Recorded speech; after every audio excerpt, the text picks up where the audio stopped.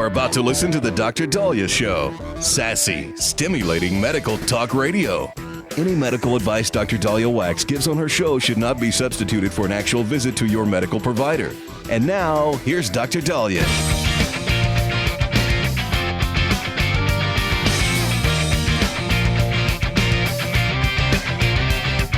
Well, all I can say is finally.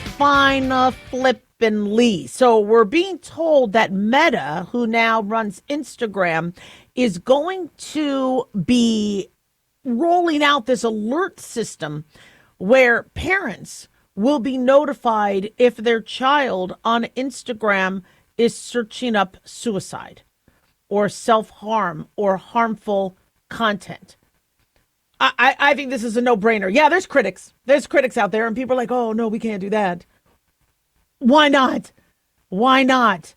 I'm going to be releasing my book, The Depressed Doctor, coming out this weekend because of the tens of thousands of Americans are committing suicide.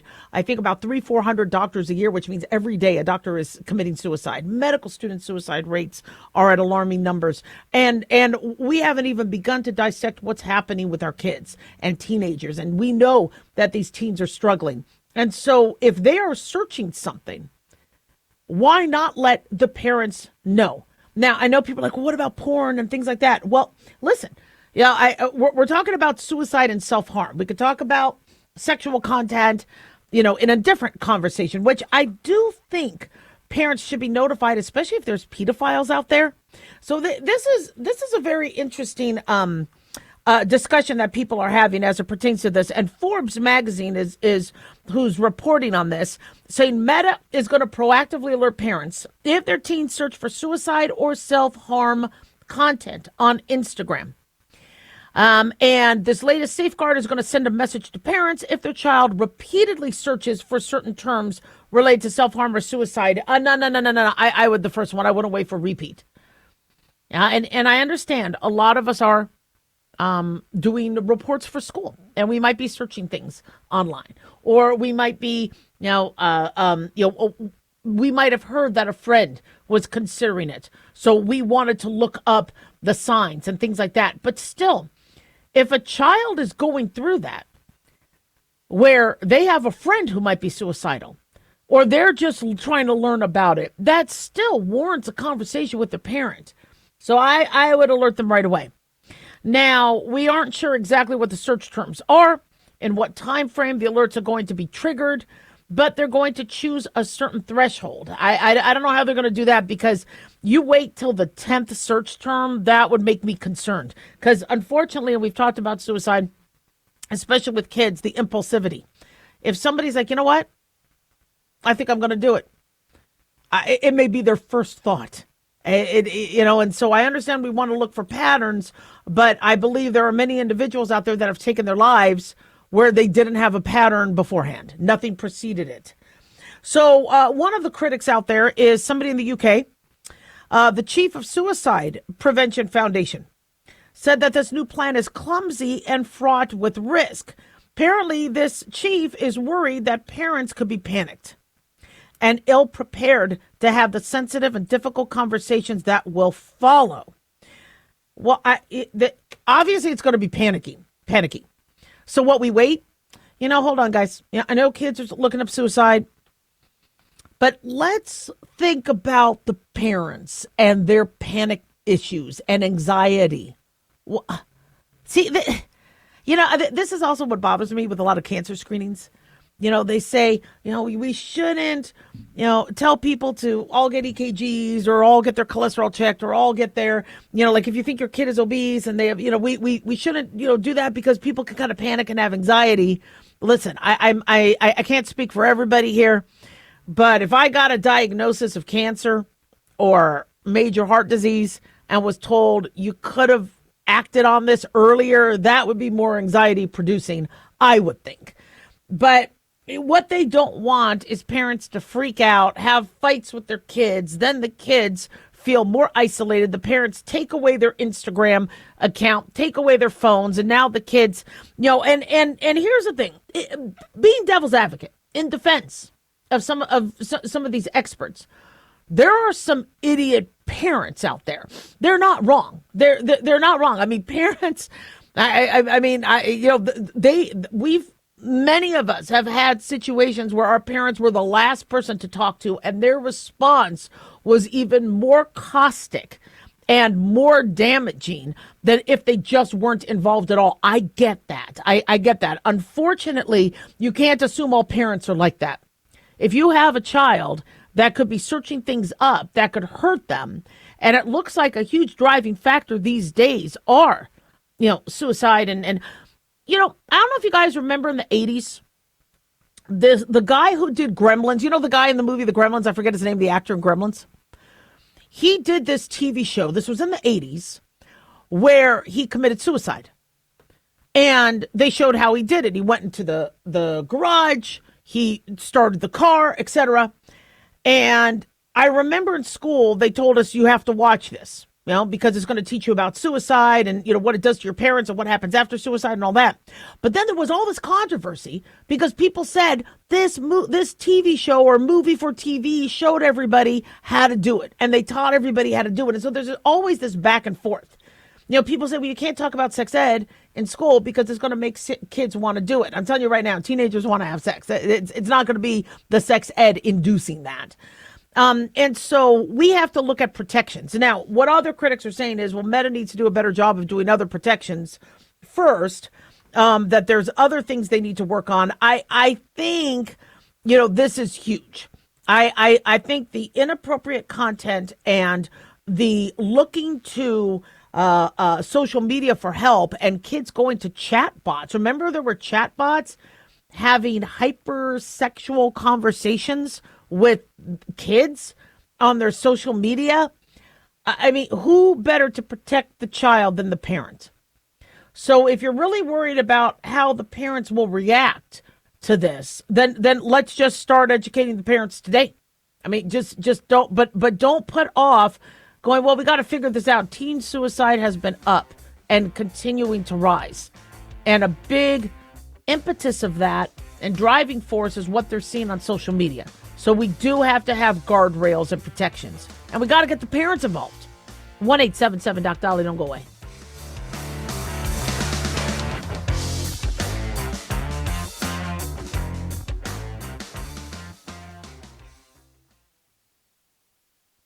Dr. Dahlia here. Are you tired, burned out, gaining weight, succumbing to the daily pressures of life? Well, how's your dopamine doing? How you feel right now, how you'll feel an hour from now, and how you'll feel next week is completely reliant on your dopamine. Our daily motivation and willingness to push through challenges depends on the intricate chemical process dopamine provides. Christian Kalikas and I created Deploying Dopamine, a book that tells you what dopamine is, when it dysfunctions, and how to successfully deploy it when needed. Find Deploying Dopamine on Amazon today. Check it out. Increase fuel economy up to 7.9% with Hot Shot Secret Gasoline Extreme, the solution to maximize your engine's performance and fuel economy. Whether you're driving a sports car or a daily commuter, Gasoline Extreme is specially formulated with PEA to deep clean. Don't settle for an average driving experience. Upgrade to Hot Shot Secret Gasoline Extreme and go further on each tank. Order now on Amazon or HotShotSecret.com. Hot Shot Secret, powered by science. Hi, it's Mark Falter, host of the Financial Fitness Show. I strongly believe that no one should ever pay 1 penny more in taxes than they are legally obligated. Unfortunately, for most hardworking Americans, this just isn't the case. Why? Because most people spend more time planning next weekend's getaway than trying to ensure they're going to pay less in taxes. My financial fitness team has put together some materials that I know are going to help you. It's the Tax Savings Kit. Tax Savings Kit includes 3 things: free tax analysis, top 10 ways to pay less in taxes, and an investor's guide to taxes. Now, how do you get it? Simple. 866-764-2635. Again, 866-764-2635. I'm Mark Falter. This is Financial Fitness, making personal finance profitable.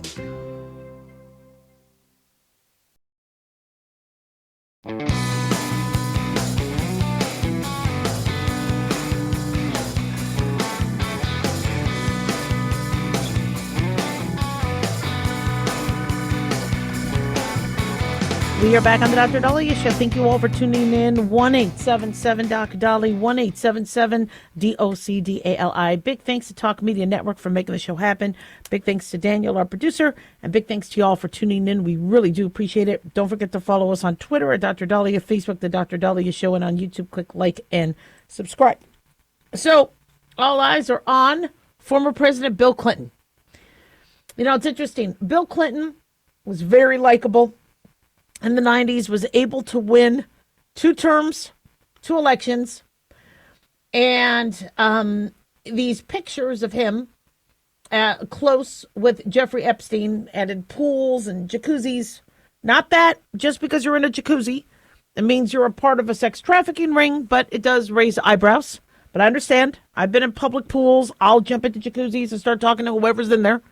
Doesn't mean I'm sleeping with them. Just means I'm in a public pool and in a jacuzzi. But unfortunately, the pictures don't look too good. And Bill Clinton has been mentioned multiple times in the Epstein files, as have been other high-profile individuals. And so he is right now in Chappaqua, New York. It was, I think, very convenient and nice that the James Comer and the congressional delegation and the oversight community allowed the testimony to happen in their neighborhood as opposed to making them travel. So I thought that was nice. But he is testifying now about his extensive connections or alleged extensive connections to Epstein. Now, his opening statement, and I'll read it to you really quickly. It is interesting. So I'll just read it to you really quickly, okay? So this is what President Bill Clinton said as he opened to his, I don't think we have audio on this, so I'm just going to read it to you. He says, "Good morning, welcome to Chappaqua. I'm here today for 2 reasons. The first is that I love my country, and America was built upon the idea that no person is above the law, even presidents, especially presidents. Democracy requires every person to play their part, and I hope that by being here today, we can bring ourselves a little further away from the brink and back to being a country where we could disagree with one another civilly, where the search for truth and justice outweighs the partisan urge to score points and create spectacle. I'll do my part, and I hope you'll do yours." That's pretty eloquently said. So the second reason I'm here is that the girls and women whose lives Jeffrey Epstein destroyed deserve not only justice but healing. They've been waiting too long for both.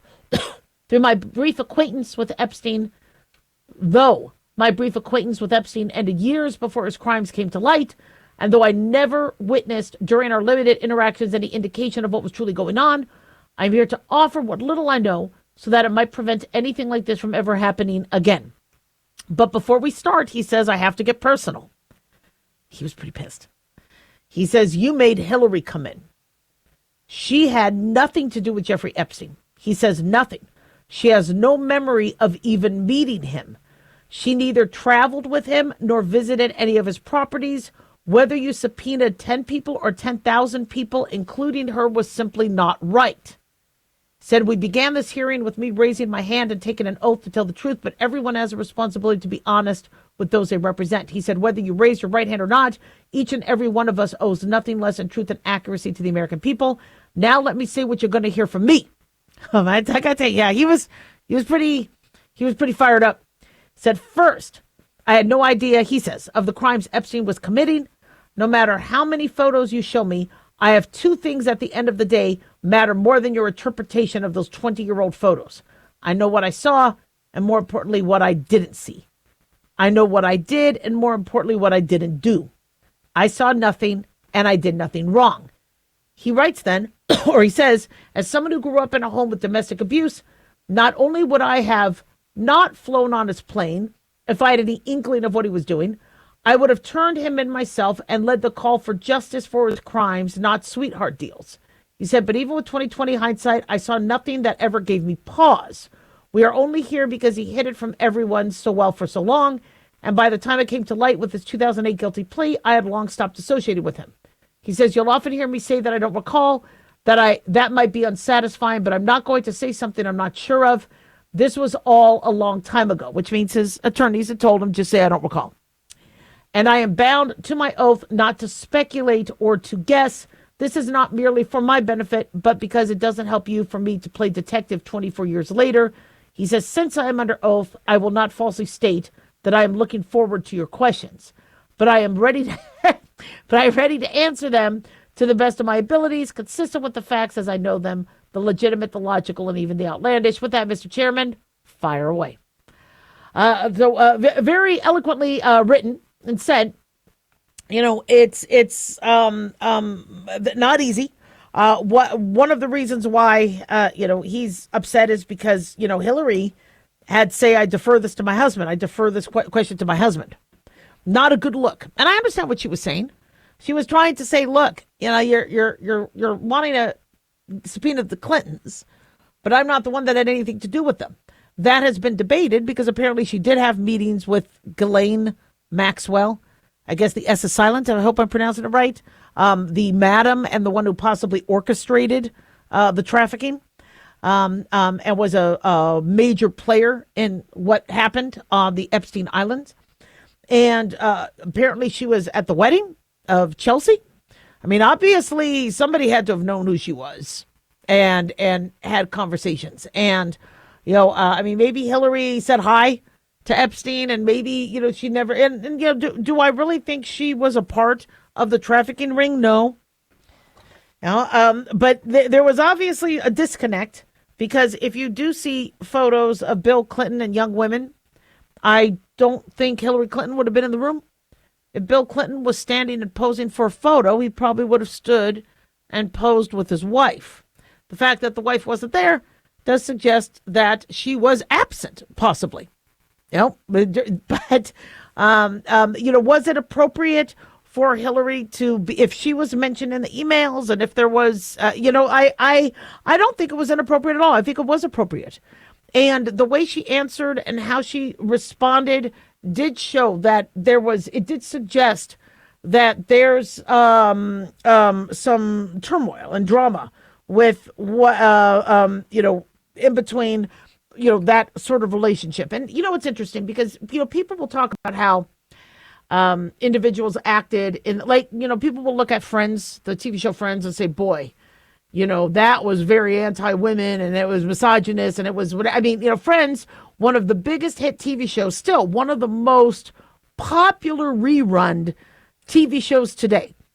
But in the 90s and early 2000s, the discourse was a little different than it is now.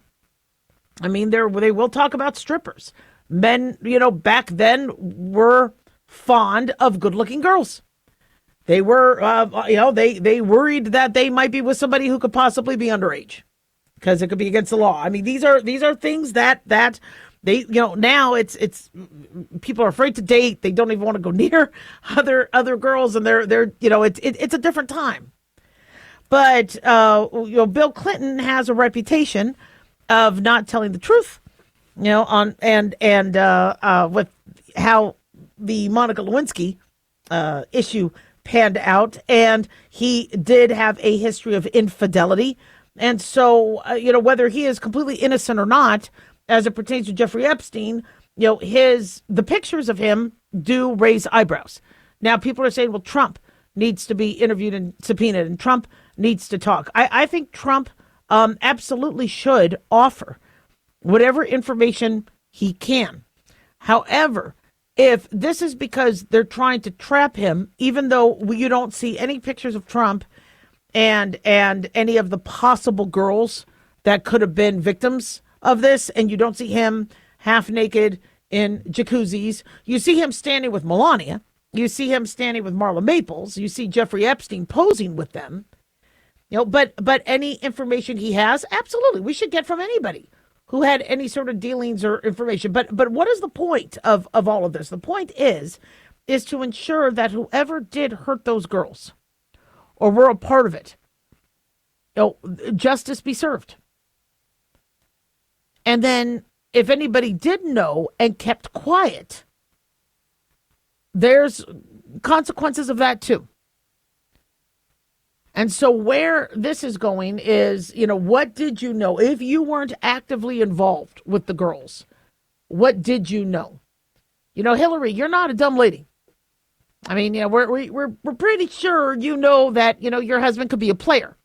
I'm not saying he was with any of the victims, but, you are a very highly decorated, person in politics, a highly decorated public figure, a very smart woman, and you knew nothing? You didn't pick up on this? What's interesting is people say, well, yeah, they could have hid it well. They hid it well. Like Clinton said, the Epsteins hid it well. I don't think they did hide it well because they tried to get people to come to the island and network with these girls. So there was some publicity about it. 1-877 Doc Dolly, don't go away.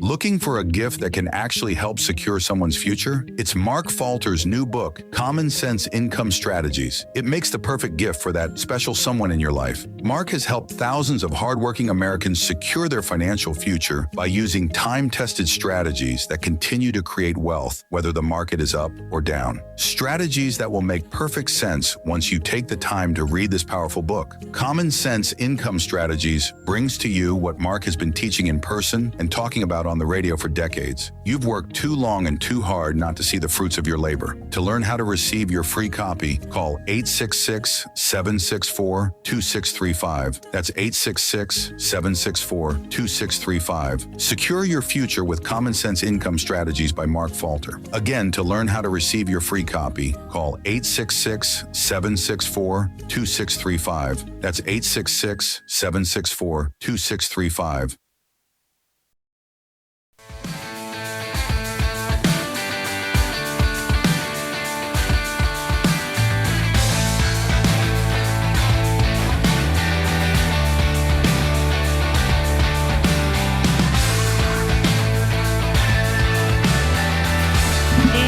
Back on the Dr. Dahlia Show. Thank you all for tuning in. 1-877 Dr. Dali, 1-877-DOCDALI. So on January 1st, OpenAI introduced ChatGTP Health. It's a separate tab, according to healthaffairs.org, within ChatGTP, where users are invited to upload their medical records and consumer health data. ChatGTP will review it, the AI will review it, and then they will be able to answer your health-related questions. For those of you who have never used ChatGTP, you could ask ChatGTP a question, but sometimes they need, people trying to make caricatures and cartoons of themselves. ChatGTP is like, well, upload a picture. I mean, give me something to work with. And so because ChatGTP already has this framework of you uploading something and it could then analyze it for you personally, it was just a matter of time when the company's like, well, why don't we look at your health records? We will analyze your health records. So, per OpenAI's January 2026 report, more than 40 million people are going to ChatGTP for health questions. That accounts for 5% of all messages I guess ChatGTP is using. However, now there's a site that has your personalized medical records.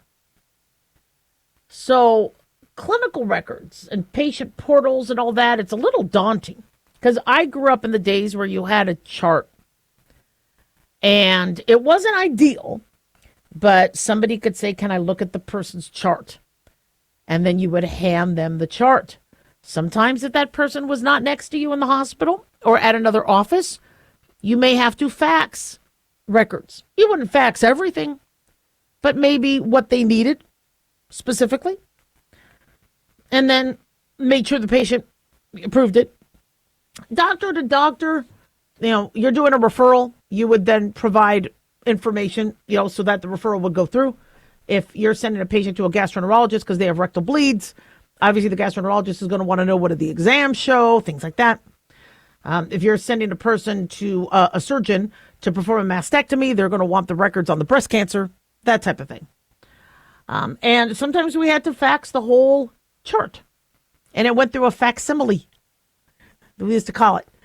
And fax is really big in the 90s. And you didn't worry about that too much because there wasn't China or another company that could access those records. You did worry that you could fax it to another number and another location. So you always want to make sure you put in the correct number. You also had a cover sheet saying, look, this is confidential information. If you get this, accidentally shred it right away. There was an honor system. It wasn't perfect, but it was still confined in a way. Now with electronic medical records, just everything's out there. And it makes people nervous.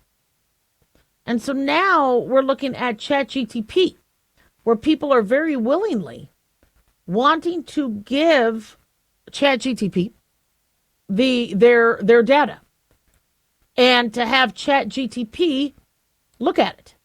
Are they finding a board-certified family medicine physician who's a fellow of the AAFP? No. They're going to ChatGTP. Why?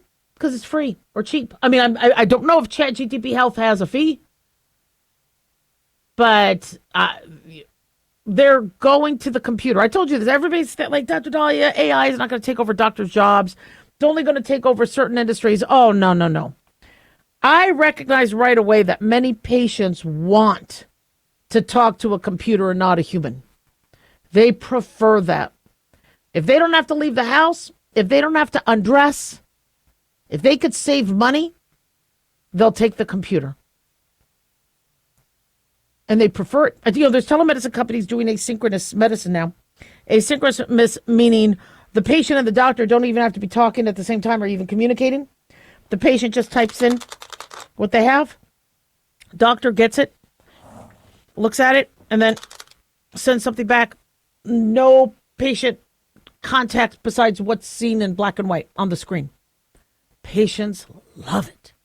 So convenient.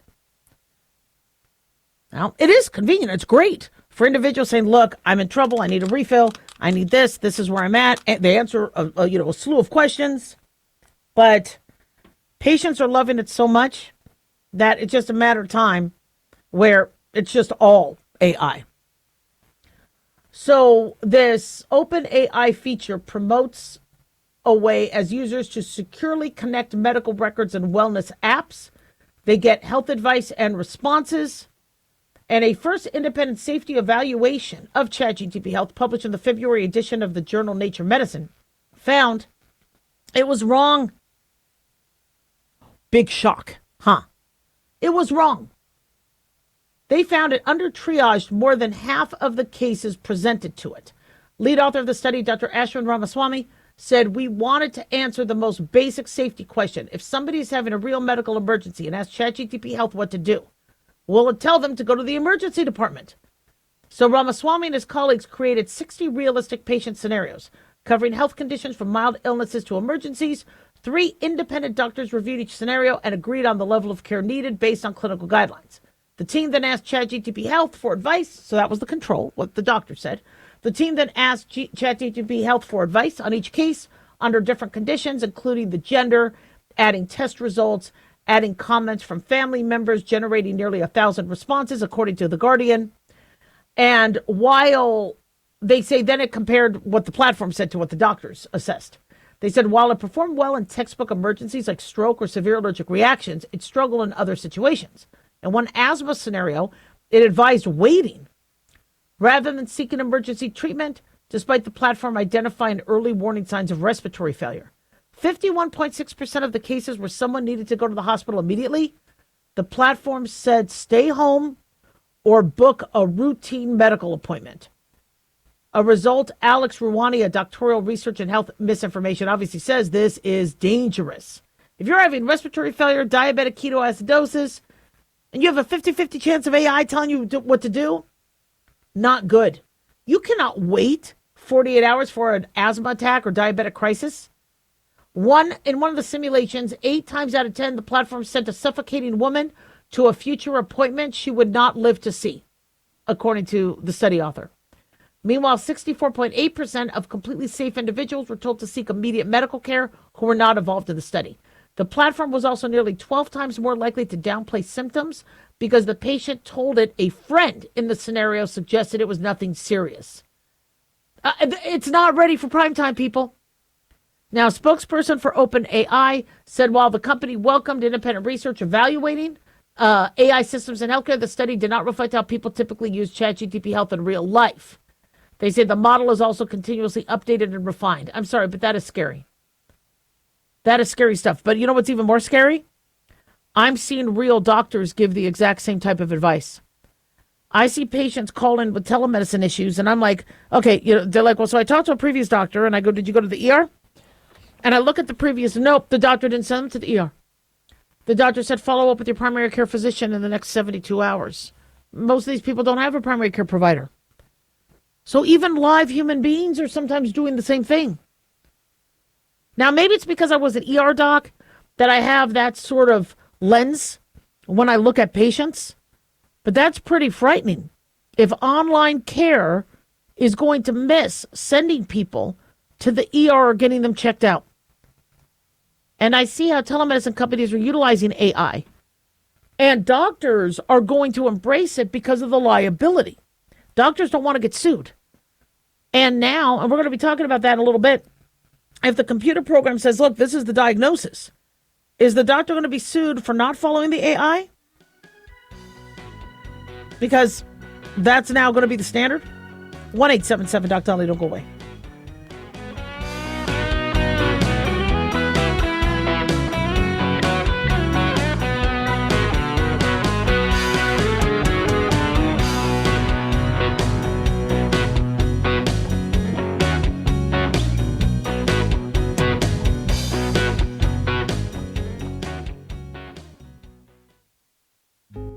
Hey guys, it's Clyde. We've had a lot of requests for Ground Zero merchandise, so we put together an online store with a big variety of high-quality items. I'm really excited to let you know about these things.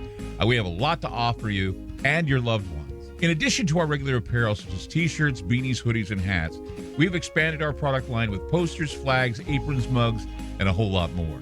We also have Ground Zero collectibles, along with a limited edition of items like a Clyde Lewis canvas portrait, a Ground Zero embroidered jacket that will certainly make for great gifts and for interesting conversations with family and friends. And we now offer publications such as Ron Patton's book about mind control, MK Zine, and back copies of the official magazine of Ground Zero while it was in print. Paranoia, the Conspiracy Reader, also coming in 2023, are updated and revised books that I've written. There's a secure and easy-to-use shopping cart for your purchases. So shop today at our official store by going to groundzeromerch.com. Again, that's groundzeromerch.com. Hey, America.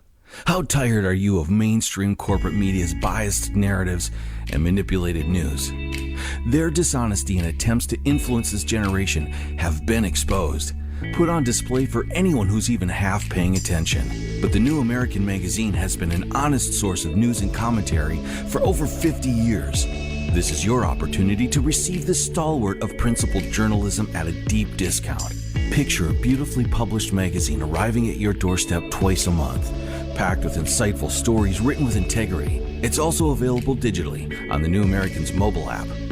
Get up to speed with intelligent coverage from a freedom perspective. Right now, for a limited time, the New American is available to radio listeners at a 25% discount on a new subscription. Visit thenewamerican.com/radio25 and receive 25% off. Subscribe today at thenewamerican.com/radio25.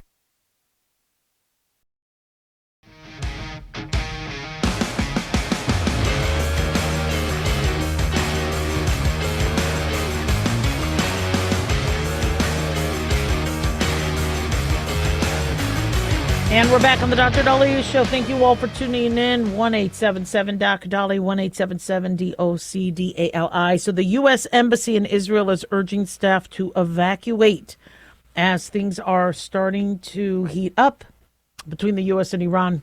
And U.S. has been moving ships and military and sources closer as we believe an impending attack is going to happen. U.S. Ambassador to Israel Mike Huckabee told staff if they want to leave, they should do so today. No need to panic. And the directive was issued out of an abundance of caution, citing terrorism and civil unrest. The State Department also issued a travel advisory urging Americans to reconsider travel to Israel and the West Bank. And the U.S. Embassy in Lebanon also ordered non-emergency personnel and their families to leave on Monday. Why? because if the U.S. Attacks Iran, Israel would be a target for retaliation. Unfortunately, countries like Iran would like nothing more than to use anything as an excuse to turn missiles on Israel. And so those individuals in Israel, I have family and friends there, they're tough. They're resilient. I mean, there's always somebody wanting to, sadly, attack their country. But unfortunately, with Iran and their capabilities, it's very, very concerning. Mike Huckabee said the U.S. government would pay for embassy staffers and their families to leave under an authorized departure classification, which occurs when U.S. national interest or imminent threat to life require it. This, according to Forbes magazine. And the directive comes as the U.S. urges Iran to enter into a new agreement to scale back its nuclear program. Now, there has been several rounds of talks over the past 2 weeks. Latest negotiations, I think, ended yesterday, but no solution has been announced. And so Vice President J.D. Vance told the Washington Post that the idea that we're going to be in a Middle Eastern war for years with no end in sight, there is no chance this will happen. He says Vance does not know what Trump will do, but added, I think we all prefer the diplomatic option, but it really depends on what the Iranians do and what they say. So the U.S., as we all have been watching, has been building up the largest military presence near Iran since the Iraq war over the past several weeks. Trump warns he could authorize strikes if Tehran doesn't agree to enhance limitations on its nuclear program. I mean, as much as Midnight Hammer damaged them, we don't think it damaged everything that needed to be. And so, and Iran got a lot of leeway with the Obama administration, was able to develop their nuclear program, and it was not safe. We knew that it was going to be a mess, and Iran having nuclear capability, not good. Unfortunately, there are individuals that, might not be thinking, well, if we send a nuclear, missile and there's going to be widespread destruction, and then we get that too, it's for the cause. We're martyrs. They're not thinking, this could then hurt us, so we don't want to launch. If their thinking is, look, this is a way to get Israel off the face of the map. This is a way to get America off the face of the map, and it's going to involve us sacrificing our lives. This is something that I think Iran is capable of doing. And so, no, I don't want them having any nuclear capabilities. So, the Iranian regime is not a stable one, because even the people who have been struggling and suffering under the Iranian regime, want the leaders out. So, this is obviously very, very concerning. And so we'll see what happens. But as it is right now, if you are thinking about traveling there, not a good idea. 1-877-DOC-DALI, 1-877-DOC-DALI. So in the Nancy Guthrie updates, we have one update. They say a person has reportedly been taken into custody near her residence after allegedly driving past 50 to 100 times. Now, driving past the house? According to the Mirror, they say this development follows a neighbor releasing disturbing new footage from the evening of the abduction that seems to capture multiple vehicles traveling on back routes close to her property around the time they believe she was forcibly taken on February 1st. The man, whose identity has not been disclosed, was apprehended by authorities last night after a photographer observed him behaving superficially and confronted him. It took a photographer.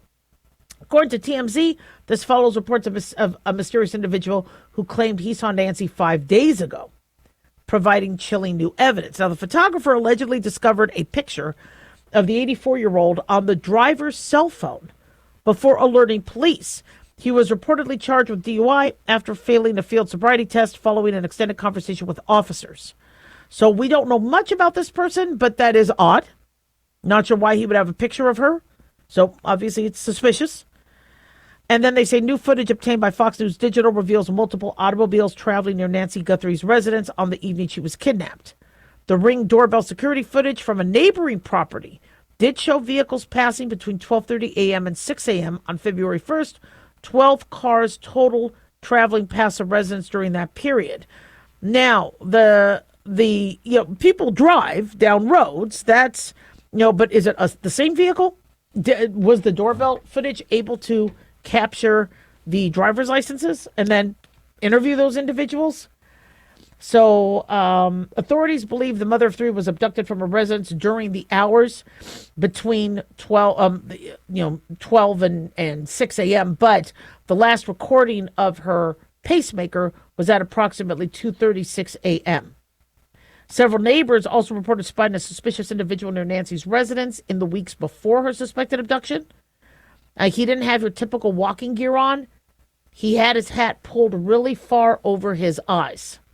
He was younger, and he just didn't look like he was going out for a walk. It didn't fit. Another suspicious individual was described as 5'9" tall, Hispanic, with a closely trimmed beard and a silver bracelet.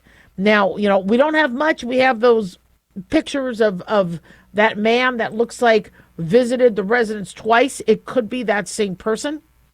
But unfortunately, the Irish Star is suggesting that Nancy Guthrie died within 72 hours of vanishing. And unfortunately, for those of us who understand the need of somebody who has a pacemaker and the need of daily medications, when you're looking at now this being close to a month of her being abducted, the probability of the abductors providing the medical care that she needs, slim to none.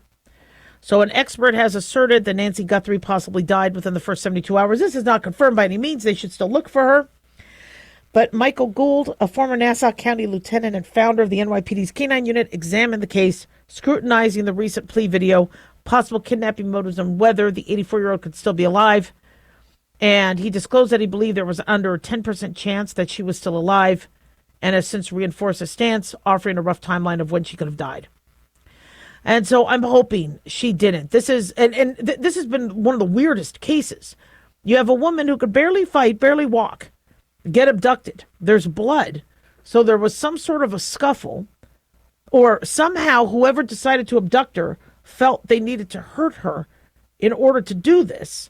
The pacemaker stops, which makes you wonder if, whatever they did to her is what caused the pacemaker to stop and she died that night. Then there's these ransom notes. They involve TMZ. You would think if you have somebody and you want money, you would just go directly to the family. Why would you go to TMZ?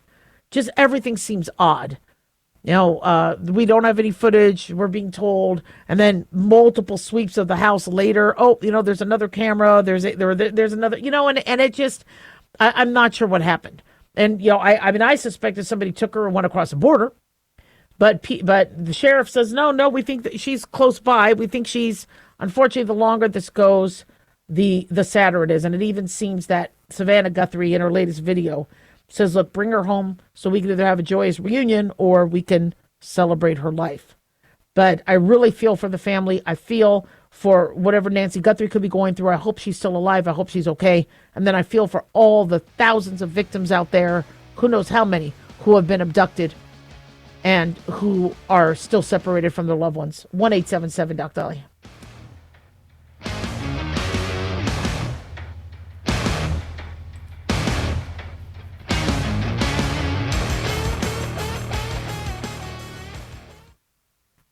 Looking for an easy read that can actually help secure someone's future? Pick up a copy of Mark Falter's book, Common Sense Income Strategies. For the past 30-plus years, Mark has helped thousands of hardworking Americans secure their financial future by using strategies that continue to create wealth, whether the market is up or down. Strategies that will make perfect sense once you take the time to read this powerful book. Common Sense Income Strategies brings to you what Mark has been teaching in person and talking about on the radio for decades. It's not rocket science, it's a pretty easy read. You've worked too long and too hard not to see the fruits of your labor.